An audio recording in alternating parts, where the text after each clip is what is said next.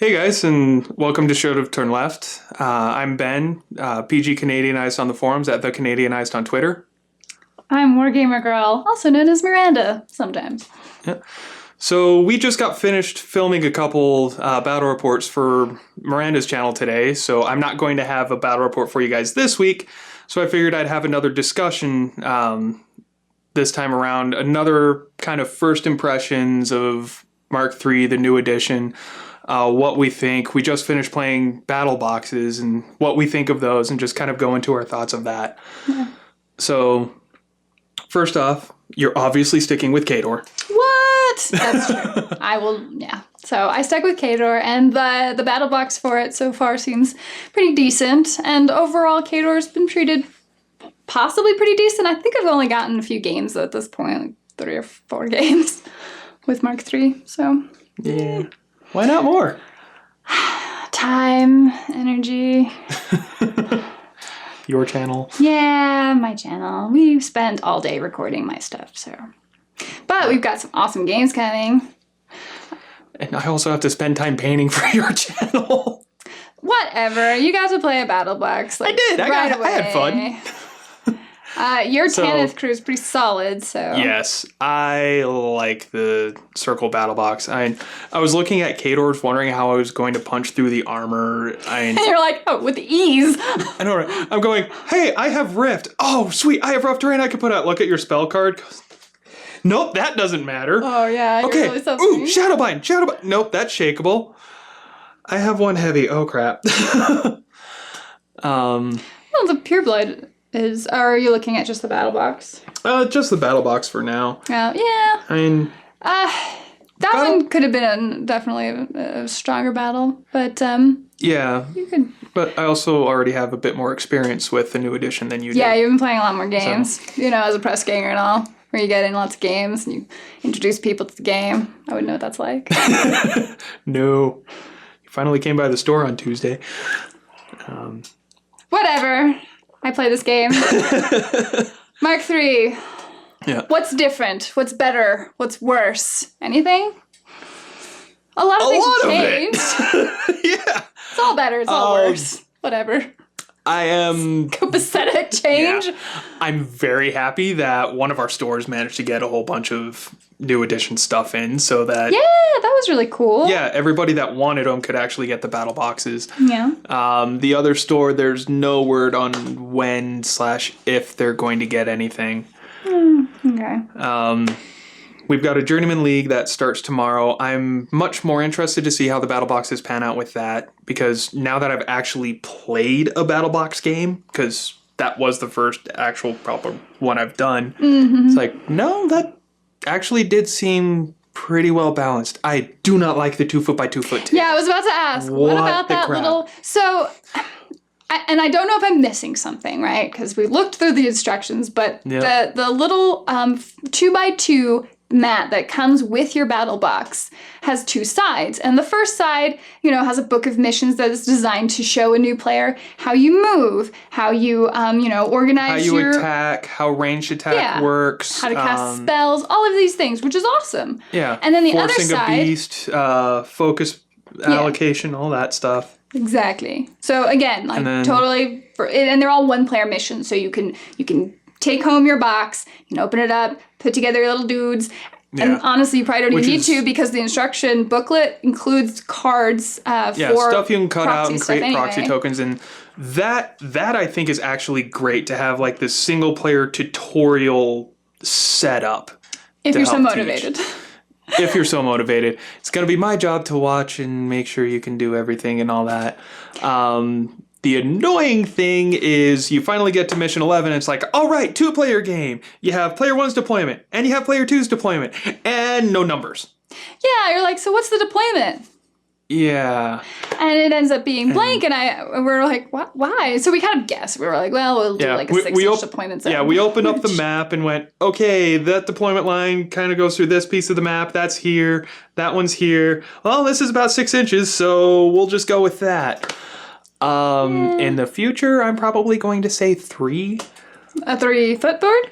No, 3-inch deployment. Oh, a 3-inch. Yeah, maybe so. Get an extra 6 inches between Because you could do... first turn you ran and engaged. Mm-hmm. With the Pure Blood, I can assault.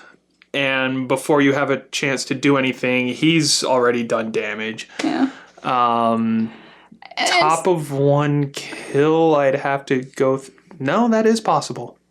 It's just a little bit confusing, I guess, just because you're trying to explore the game for the first time. It doesn't give you any numbers. And so you even checked on the PG forums, and obviously nobody's playing this board because there was no answer anywhere. Obviously nobody's doing this with two experienced people. Yeah. It seems to be either newbie versus newbie or press ganger versus newbie, and it's the press ganger's job to make sure the newbie has fun and lose, and I am a horrible press ganger. No, you're fine, Ben. Anyway, so as far as the rest of the pieces go, it just made it a little odd as far as like if you and your friend were to buy a BattleBox game and you throw out a mat and you're like, okay, we're gonna play on this. Like you're not really gonna know where to start off with, and the recommended one at this point is probably 3 inches as a deployment, just because your pieces are powerful. And you can game it really easily. From a 4x4 board, even that gets to feel really small by turn 3. And so you kind of start in really, really close on turn 1. And depending on, if you've got crazy movement shenanigans, it's going to be hard. It's like tactically, turn 1, it almost felt like the appropriate move was, I'm on my deployment, back up. Really, I'm looking at that going, yeah, I just kind of want to back up. Just back it up.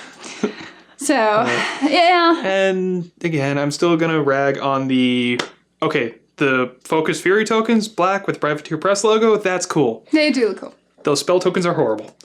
They're just, so the reason you have spell tokens is because you need to be able to write down the spell. In a lot of tournaments, you need to have the tokens out because a PG or anybody who's running the tournament is going to say, well, tokens I'm going to break the fourth wall. Thank you. So you need the tokens out in order to prove what kind of stuff you're doing. And it also helps your opponent because they're like, oh, you have admonition up or you have these things. But on a black token, usually you're using a black or dark colored marker, and so it's kind of hard to tell what your opponent has all of a sudden. Yeah, and I don't know if that was done on purpose or just not thought about. No, whatever. But at least most people have tokens lying around anyways. You're always going to find somebody, and worst comes to worst, you just grab a sheet of paper and write on that and put it by your model, and you're fine anyways. You can see it if you pick up the model, or you pick up the actual token and look at it. It's just, you're usually looking at it from across the board as a reminder, and it's easy to, forget about it to me, because I forget about everything. Yeah. And so for that, it was kind of weird. It comes with dice, though, right? This one comes with 4 dice? black. 4 black dice. Which I'm like, okay, whatever. That's cool. You can just separately roll systems or directions, so... It's pretty cool, like a cool kit and caboodle for $40. For $40, you get the rulebook. I freaking love that you get the rulebook. You get good models. Yes, you do. I didn't have really any problems putting my circle stuff together. There wasn't much to clean at all. There's some weird mold lines on the K-Door and stuff, but they went together okay. Yeah, there's some weird mold lines, but nothing horrible. Like, I didn't have anything going down like a centerpiece of armor. Yeah, that's true. That would be there's a weird gap in my Legion one. I can't figure that one out. It's a user error. Don't worry about it. I don't understand the Legion Warlock, how she's supposed to go together. Which reminds me, what is up with the arm capes? They don't make any sense to me. How... Okay, so Kozlov... Darkwing I can remember this name. Yeah, it's like, he looks like he should have a bunch of watches behind his, cloak because it's just on one arm. And he's like, hey, you want to buy some, fake Rolex or something? And even, with it being his weapon hand, I know, I guess he's left-handed. He's, you could really get your arm caught up in it. It's just really impractical. And yes, I know, this is a fantasy steampunk game where you have Captain Shoulder Pads and you don't see anything. I understand that. But it's still, it ends up looking weird. Because even, big shoulder pads on miniature models, because they are fantastical, they honestly look fine. You're running around, you're like, I don't know, they're my superheroes. But, the cloak being off the way it is, it really just looks like there's an error in the model to me. Because I'm like, this keeps looking weird. I'm having the exact same problem with Krissa. I don't have that arm glued on her because I can't figure out how the cloak is supposed to attach to her back. It either seems I get her shoulder in the right spot and then the cloak's hanging off the back and there's a bad gap there. Or I close that gap and now her shoulder looks like it's about up here. I'm like, okay, this is weird. Just the beasts are your fine. fault. Yeah. Yeah, I mean, probably. the beasts in that box are totally fine, but I don't know. Now, have you actually played or proxied the Legion battle box yet? I have not played the Legion one yet. Failing as a press ganger, as always. At least I'm active. Whoa, I think that was a blow at me. So just the Circle of Boros one? Yep. Okay.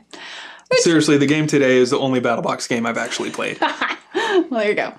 And yeah, so overall they're probably fairly well balanced. What else comes in the kit? Oh, there's the little measuring tape, the 18-inch ruler, which is weird, but it's nice to have if you don't already have one, but it's going to be the first thing you throw away. I appreciate that it's designed to be a kit out of the box because you do need to measure movement. So they're like, okay, well, you get the box, you buy glue, you buy markers, you're ready to go. Yeah. That is nice. And considering markers, you usually buy them in multiples anyway, so... Well, I guess sleeve protectors, because you're going to be marking your cards. Oh, yeah. Those. So, I mean, there's little things. But there's nothing really expensive in there. And, again, having the physical rulebook in there. The War Room app is nice, but it feels a little clunky sometimes trying to search the rules in there. It's nice for battling each other because you can see the armies against each other on the same page, which is nice. I mean, we didn't do the Wi-Fi link up, but I have played several games on that, and that is done very well. Yeah. The reference is a little slow just because it goes back to referencing the PDF. Yeah, it goes to the PDF, and then depending on your device, you have to zoom, and switching from page to page can get a little clunky. Depending on how fast your device is. And yeah, so I still like having the physical rulebook. I do understand that they are going to redo the rules to where you can either view the PDF or do like the old War Room. Where it would take you to a little section in the app. Yeah. Yeah. But they have to actually go and type all of that out. Which, and if erratas happen, they have to change it in 2 places. Yep. So I can see where that would be obnoxious. And I don't know, maybe just as people's, like, devices, you know, when you buy new stuff, unlike me, and you have, like, faster things that run it, it's probably just fine. Hey, I'm still using an iPad too. It works. iPad. It worked great on that once they disabled the automatic download of the rules PDF. On that note, don't ever look up the rules if you have an iPad 2 or one of the original iPad minis. It's bad. Yeah, it crashes the app right away. Now, it is worth pointing out, and I'm sure you guys have already talked about it, that, you know, Mark III's release was met with a lot of errata write-offs. So it's worth having, unfortunately, even if you're not into it, you kind of really want the War Room app just to keep up with the changes. The problem is the errata hasn't actually hit yet, and we're at 31 items, I think. Well, it's supposed to do it, semi-annually? Yeah. So, like every December, 6 months or so. Probably, or... Well, maybe? There was supposed to be a day 0 errata. Or, like, official release day errata, but that hasn't happened. Okay. Which kind of needs to. Well, I mean, they might just still be gathering data. Because I know there was a lot of rules as written... There are a lot of rules as written problems. Yeah, so... Obviously, there's 31 of them. You're, like, pointing them out on the forums. You're like, man, I hate the PGs from Albuquerque. Watch my last channel. Or, not last channel. Watch my last video. The one you got kicked out of. Anyway. Yeah. But, it's... Again, yes. You can all think I'm whining. I don't care. I'm disappointed because I think this game is so great.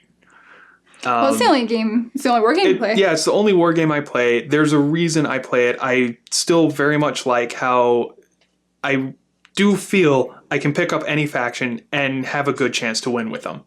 Some of them are going to be harder than others to do so, but the possibility is still there. Yeah. That said, there are still factions I'm never going to play because I hate them. Well, but you can hate them for reasons beyond the competitive level. No, it's aesthetics and fluff and things like that. It's like... Yeah. Which I need to catch up, I guess, on the fluff now. I need to read Blood of Kings. Yeah. Which, it's on Audible. Get it. It's actually a lot of fun to listen to. Yeah. The guy who does it, I mean, he's actually got accents for everybody. Oh, nice. It's like an audio drama. I did that for Sisters of Battle. It wasn't as good. No, the guy that, I can't remember who he is, but no, he's doing a really good job. I'm in chapter 24 right now. Nice. It's 30 chapters. The audio file is 15 hours long. And it's the bulk of, like, kind of what changes over this time jump that we do from Mark II to Mark III. Actually, it covers more than that. Really? Yeah, it covers the birth of Julius. Oh. So we go back to the coup that got rid of Vinter and put Leto on the throne. Oh, wow. Yeah, it covers the birth of Julius and his upbringing. And then... Like, it does all that, kind of goes that, and then it finally gets into the main story of when Vinter's finally coming back to retake... Don't give anything away. But yes, stuff's happening. Yeah, stuff is happening. There's basically 3 main characters, Vinter, Julius, and Cain. Oh. Yeah, and the story follows those 3 guys very closely. And it's really interesting, and I don't know, there's very good character development because Cain, when you meet him and he gets his initial mission to where he is right now, there is so much character development. Like, it's almost not even the same Cain anymore. So, I mean, that I'm genuinely excited about. That does sound... It felt like the story was kind of writing itself into a corner after a while with what had been happening throughout Mark II. And it's like, oh, look, Crix is beating up everybody and winning because they're all busy fighting amongst each other. Gee, guys, can't we learn to get along? And you're like, okay, can we maybe move past those a little bit? So hopefully they did. From the sound of it, it sounds like a good audiobook. So I'll have to check it out because audiobooks are actually a lot easier because you can hear them while you're painting all your new BattleBox stuff. Yep. And stuff for your Journeyman League. And just painting stuff in general. Journeyman Leagues, yeah. I know, I stand by this is probably going to be the only one I run. Till Mark IV. Which they're already playtesting. Sorry, I couldn't help it. That was a low blow. I'm sorry. What are we at, 20 years? 6 years? I don't know. 3? Like, from the dawn of time, but whatever. So, with changes to Mark III, I guess some of the big things, what have we got? We've got pre-measuring, we've got power-up, we've got kind of an overall, like, defense pullback on a lot of models. Not all of them. Swap covers! No, they still got defense pullback. Did they? Yeah, they lost camouflage. Oh, my goodness. Yeah, right. It's something. There you go. Like, my Widowmakers just die. Yeah. They just die. Yeah. No, our 50-point game, pre-measuring became a much more important thing, for sure. And made everything very slow. Good God, pre-measuring with Sentry Stones, that seems ridiculous to me. And I don't know, maybe it's more of like a tilting situation, but... It can be kind of frustrating to watch your opponents be like, where are you going to charge to? And I'll put my thing right there. Oh, yeah. Like, your maximum threat range is 10 awesome. inches. I'm just going to take this 10-inch template, go right here, and I'm going to put my model just outside of it. Yeah, and it's like a weird kind of foreshadowing for everything because, you know, all your models suddenly have perfect knowledge of where they are on the board, and they're all sociopaths. Nothing scares them. I know. Perfect combat training. So, okay, whatever. So it feels less like a war game and just more gamey in general to me. Yeah. On the flip side, I don't think there's no way to win with psychology. No, there totally is. You can have pinning. You can have, like, interesting things to bring in, but you have to actually flesh out the rules. Yeah. And in a game with as many rules as War Machine has to remember, I don't blame them for pulling it out. There's too much. It's still a game of memory. we're somewhere around like 175 Warcasters and Warlocks now. Yeah, and it's like, oh, well, I hope you know all their feats, and I hope you know... And it's like, oh, well, you can read the card. It's like, yeah, have fun doing that on Deathclock. Good job. But... And with the all-new edition, it's still War Machine and Hordes. It's not new. Well, I mean, and I guess... but commonly it's called Mark III, and War Machine, the company was like just all-new edition, because I don't think they... wanted to sound confusing, because maybe Mark III, oh, what's Mark IV? Like, it makes you think of what the next one's going to be, so. Yeah. But it's like, with that many Warcasters and Warlocks, and that's just that, now we go into War Beasts, Warjacks, Solos units. There are so many cards to read and interactions to learn, and the decks aren't always going to replace everything you have, because they only give you two of each beast. So... in the decks, you get one of each Warcaster or Warlock for your faction, two of each Warjack or Warbeast, one of each solo, which, with the way they printed the solo cards, is fine. Oh, that's right. They did a cool thing where they added multiple damage boxes, multiple damage tracks on some of the solo cards up to its FA. Yep. So that was actually really cool. Yeah, I mean, it's kind of funny because we have one player in our meta who has been doing that for all of Mark II anyways. Yeah. He would copy the card, cut out the damage track, and just put it on another card for simplicity's sake. So it's a very logical thing. Yeah. And then you get one card for each unit, and that is what sucks for all your multi-wounds. Are you able to buy stuff from the web store yet for individual cards, you think? I have not checked. I don't know. Yeah. I bought a second circle deck for 12 cards. Oof. Yeah. And for my stuff, I think I'm pretty good. I've got 4 Juggernauts now, so I probably need to... Mercenaries. And Mercenaries. Oh, yeah. And you need the Merc Minions deck. Okay, so that's one thing that our store didn't get. A bunch of extra Merc Minion decks. That's true. So because even if you play one's particular faction, you probably use Mercs and Minions, and getting those cards separately will be something you want to remember. But to be fair, to actually include those with the faction decks, that is... No, and they were good about including allied stuff, so... Yeah. Old ally rule, partisan. Yeah, like my Chaosian stuff are fine. The only one I know of is Acosta that is a pure Merc that only works for Signar, and he shows up in the Signar box. Other than that, anything that has a Merc or Minion card is a partisan, so it's not actually a Merc or Minion in the faction deck it comes with. Gotcha. I haven't gotten the Ret deck, so I don't know if Nis Hunters are in that one or not. They should be, because now they gained partisan Retribution. Okay, well... Which...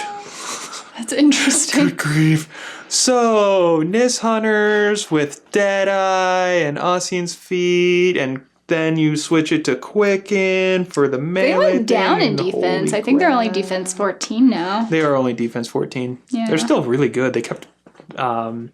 I think they're Mat 6, Rat 6, People's S9 Weapon Master in melee. They managed to keep that. I always get them killed to the man. I always have, Silena watch as all of her brethren are killed before her. Like, every game. It's kind of silly. Wormwood. Poor War Dog. He got shafted.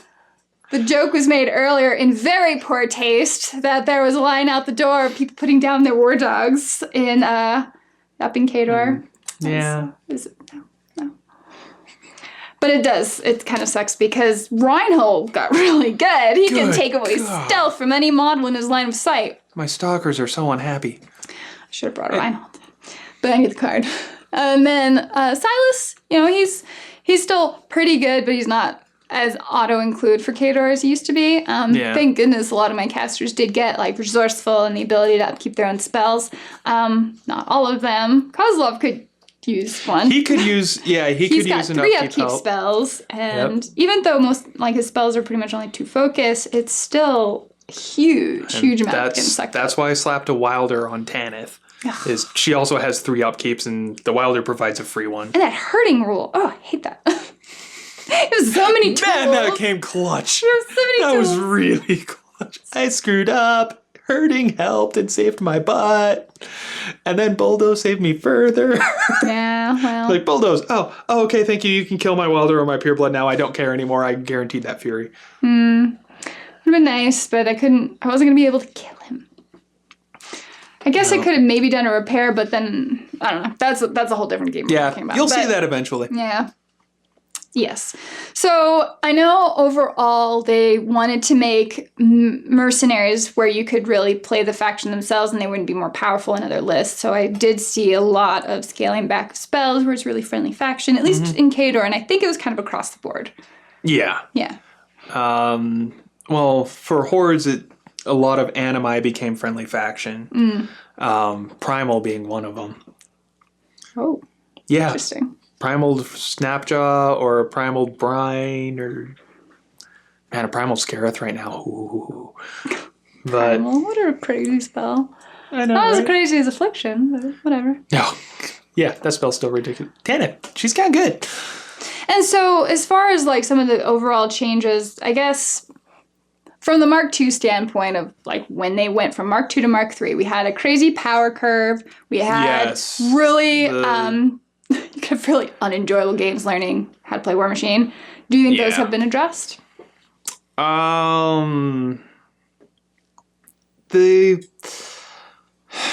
I think they missed it in a few areas with the power curve. Slowed. Kara Sloan? You think she got... You don't think she was just getting like what she deserved? Has a 50% assassination versus 50% of the game? Yeah, I think they missed the curve a little bit with that one. Possibly. I haven't fought against her yet, so... But she's got neither have I, which is good. Yeah, the Signar players haven't got on yet. I know at least one that has. Yeah. And then her new feat, it's like, okay, it took away the top of one kill, but other than that, it got better. Okay. It put the extra shot inside the activation of the Warjack, which means they can now boost it. Does showing this game as Mark III to new players as a press ganger, has that gotten easier for you? Has it changed not at all? Hasn't really changed. No. So the biggest thing is pre-measuring. That is actually a huge relief as a press ganger. Just because I don't have to go... I don't have to keep reminding them, if you measure it, you're committed to it, you do it. Watching new players measure out as far as they can move and then only go part of it. And I mean, you let that slide for a couple games, but then you start getting on it to make sure that habit doesn't develop, and it just becomes a mess quickly. Yeah. Well, and then you're always finding like alternate ways to measure it, and so in a game of such tight millimeters, I guess they almost did it just for the TOs. Like, oh, well, this will just make it easier. And I mean, reality is, you have scenario. There are so many different ways to pre-measure anyways. I mean, weaponized trigonometry, that's more or less what they called it. What a ridiculous phrase. Kind of true, though. As opposed to weaponized memory or weaponized finances. It's not exactly cheap to get into these hobbies. No. But you pick your poison, I guess. And whatever. Everything else, well, I'll get a better opinion of all the journeyman, or of all the battle boxes as the Journeyman League goes on. But from what I've been able to look at, it's all theory still. I do like the balance of the battle boxes more. The battle boxes, I think, are genuinely really good. They're a pretty good way of getting somebody invested, and they can kind of decide. It seems like a very good start-off point. They gave them stuff that can make you feel powerful. I mean, and then the Khador and Buck set, like Kozlov. Using Fury on Jax, like you feel like you're hitting like a truck. Unless you roll really badly. And then like with Tanith, you've got all these tools to handle things. Like they did a really good job giving you casters that make you feel powerful. And I think give an overall pretty good impression of that faction.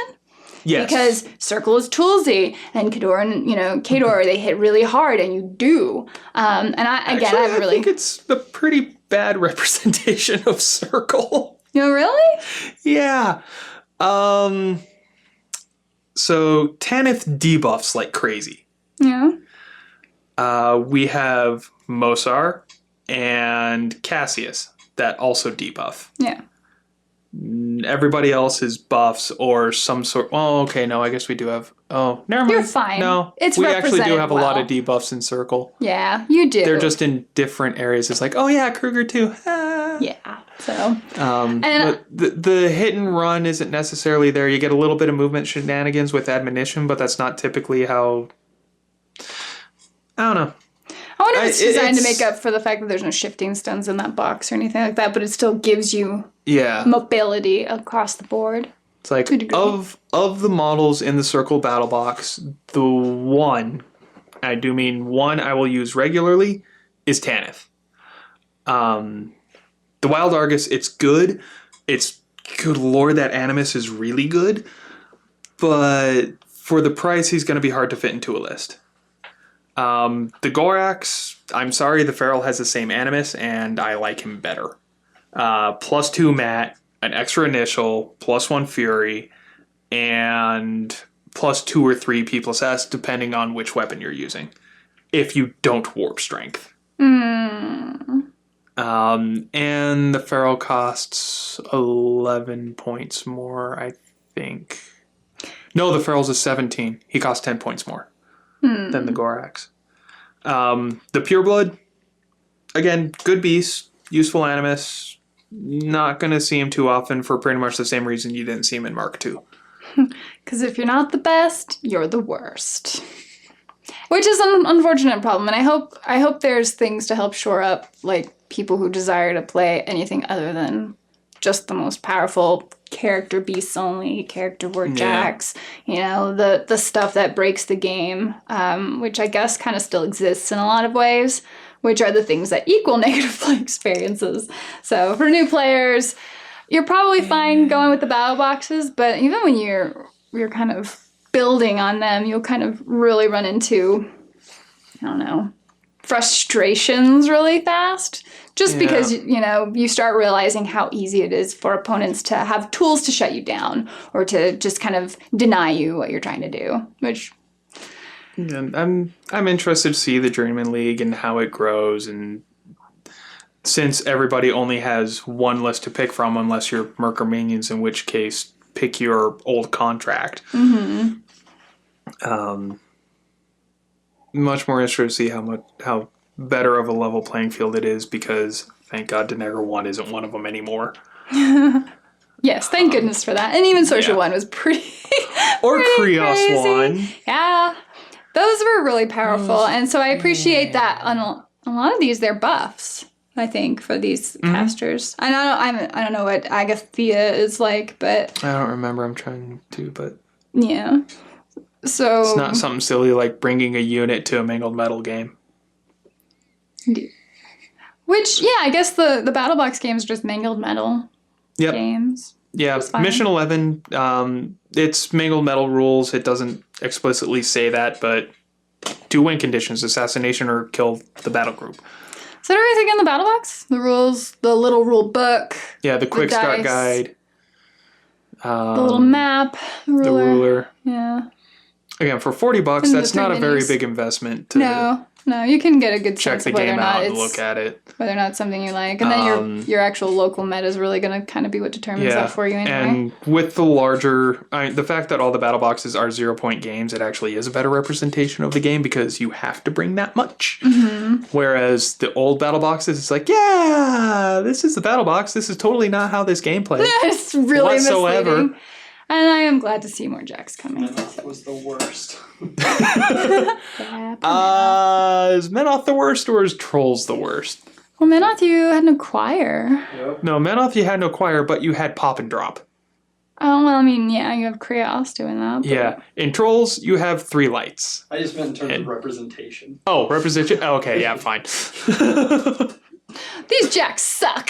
Yeah. Oh, wait, it's the Jack faction. I mean, Menoth doesn't actually like Warjacks, but yeah, whatever. They knew. Yeah. So off screen, we have Tommy. He is... I'm cameraman. Yeah, he is cameraman. I'm currently fan man. Yes. Currently fan man. Also telling us we're over 30 minutes. We've been yammering and semi-complaining for 30 minutes. Oh, hey. That didn't last. Well, there's just so much to say. There's so much to talk about with Mark III and all the excitement. Very excited. Your enthusiasm shows. I have a really awesome unboxing coming along. I'm looking forward just to you seeing wait. that. I'm very much looking forward to seeing that. So yeah, overall, we're still playing Mark III. It didn't shy us away from the game at all. And Nope. yes, it's better than Mark II in some ways, and in some ways you were dealing with a lot of the same frustrations, I think. Yeah, I'm very much waiting for that errata to come out because I hate being a PG in the current state of the game. Oh, like the way Disruption With a works right passion. now. Like, just goofy things, I guess. And if you're following the erratas, which are all kept track of on the forums, I think it's probably the easiest. Thankfully, one of the Infernals has a thread that's sticking in the rules forum that says these are all the items scheduled to be errata'd. So that's cool. That's the And you should thing, just though, play is it like they're that, probably. scheduled to be errata'd. Just play it like that, because otherwise you're just going to get yourself... Otherwise, the game is completely broken and almost unplayable. Well, it's annoying, and plus you're not going to be able to keep doing it that way, so why develop the habit? Yeah, you can't charge a knockdown model or a stationary one.